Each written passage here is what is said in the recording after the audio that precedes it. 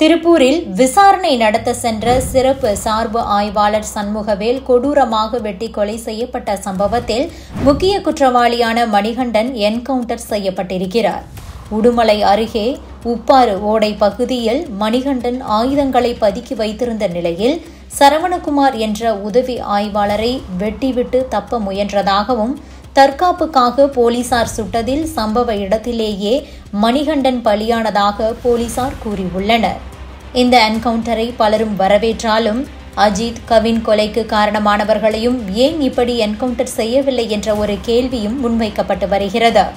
திருப்பூர் மாவட்டம் உடுமலையை அடுத்த குடிமங்கலம் அருகே சிக்கானூத்து பகுதியில் மடத்துக்குளம் அதிமுக எம்எல்ஏ மகேந்திரனுக்கு சொந்தமான தோட்டத்தில் வேலை செய்யும் மூர்த்தியும் அவரது மகன்களான தங்கபாண்டியன், மணிகண்டன் ஆகிய 3 பேருக்கும் நேற்று முன்தினம் இரவு மதுபோதையில் தகராறில் ஈடுபட்டதாக கூறப்படுகிறது.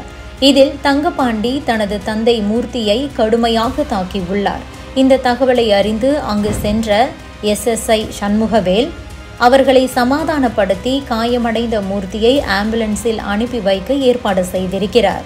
அப்போது பதுங்கியிருந்த மூர்த்தியின் இன்னொரு மகன் மணிகண்டன் SSI சண்முகவேலை பாய்ந்து வந்து தாக்கியதில் நிலை தடுமாறி கீழே விழுந்ததும் அங்கிருந்த மூர்த்தி, தங்கபாண்டி, மணிகண்டன் ஆகிய 3 பேரும் சேர்ந்து சண்முகவேலை சரமாரியாக வெட்டி கொன்றிருக்கிறார்கள்.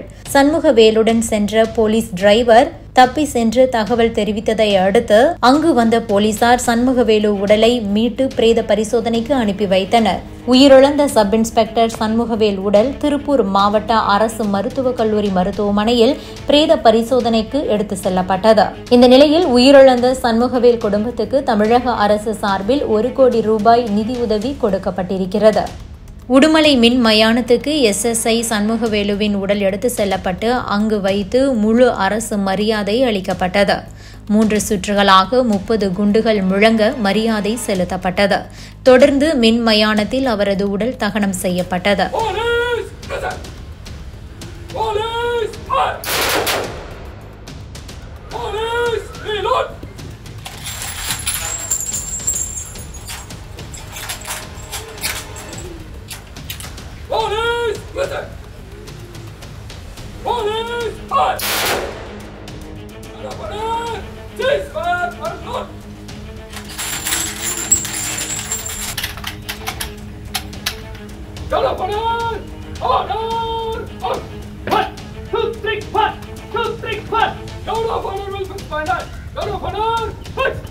இந்த நிலையில்தான் அந்த குற்ற சம்பவத்தில் ஈடுபட்ட 3 பேரும் சரணடைந்ததாக தகவல் பரவியது.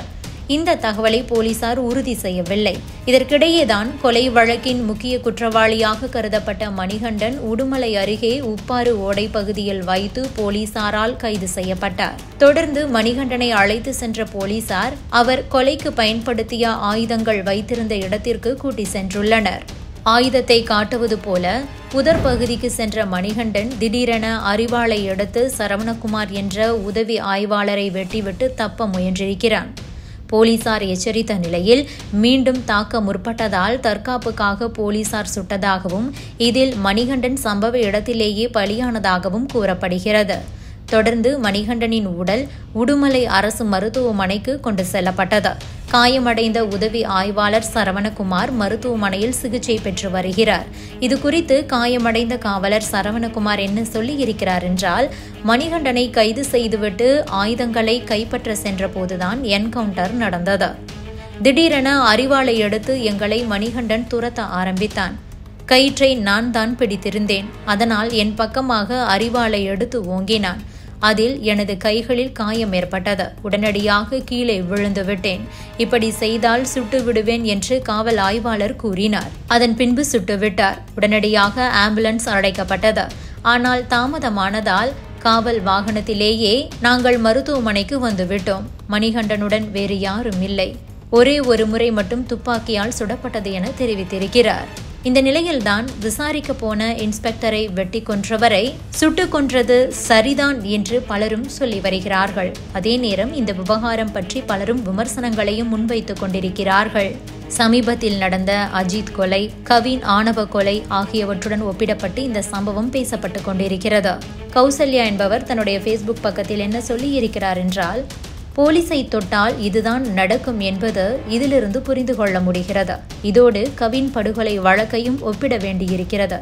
கொல்லப்பட்ட SSI சண்முகவேல் போல கவின் செல்வ கணேஷும் அப்பாவிதான். கவின் படுகொலை வழக்கில் கைது செய்யப்பட்டிருப்பது போலீஸும் அவரது மகன் சுர்ஜித்தும். இப்படியான சாதி ரீதியான படுகொலையை தூண்டிவிட்ட SI சரவணன் 2 நாட்கள் கழித்துதான் கைது செய்யப்பட்டார். அதுவும் கவின் உடலை வாங்க மாட்டோம் என போராடிய பிறகுதான் கைது செய்யப்பட்டார். கவின் படுகொலைக்கு பின்னால் இருப்பது ஜாதி வெறியும் சாதிய போலீஸும் தான். SSI சண்முகவேல் படுகொலை எப்படி அநீதியானதோ அதே போல தம்பி கவின் படுகொலையும் அநீதியானது. போலீஸை தொட்டால் என்கவுண்டர் செய்யப்படுவார்கள் என்ற அச்சத்தை எப்படி உருவாக்குகிறார்களோ அதே அச்சத்தை சாதிய ஆணவ படுகொலை செய்வோருக்கும் உருவாக்க வேண்டும் என மக்கள் விரும்புகிறார்கள். அப்போதுதான் சாதியவாதிகளின் வெறியாட்டத்தை தடுத்து நிறுத்த முடியும் என நம்புகிறார்கள். இவ்வாறு கௌசல்யா தன்னுடைய ஃபேஸ்புக் பக்கத்தில் தெரிவித்திருக்கிறார். என்கவுண்டர் சட்டப்படியான நடவடிக்கை இல்லை என்றாலும் இதே நடவடிக்கை அஜித், கவின் போன்றவர்களை கொலை செய்தவர்களின் மீதும் நடந்திருந்தால் அதை ஏற்கலாம் என்கிறார் இன்னொருவர்.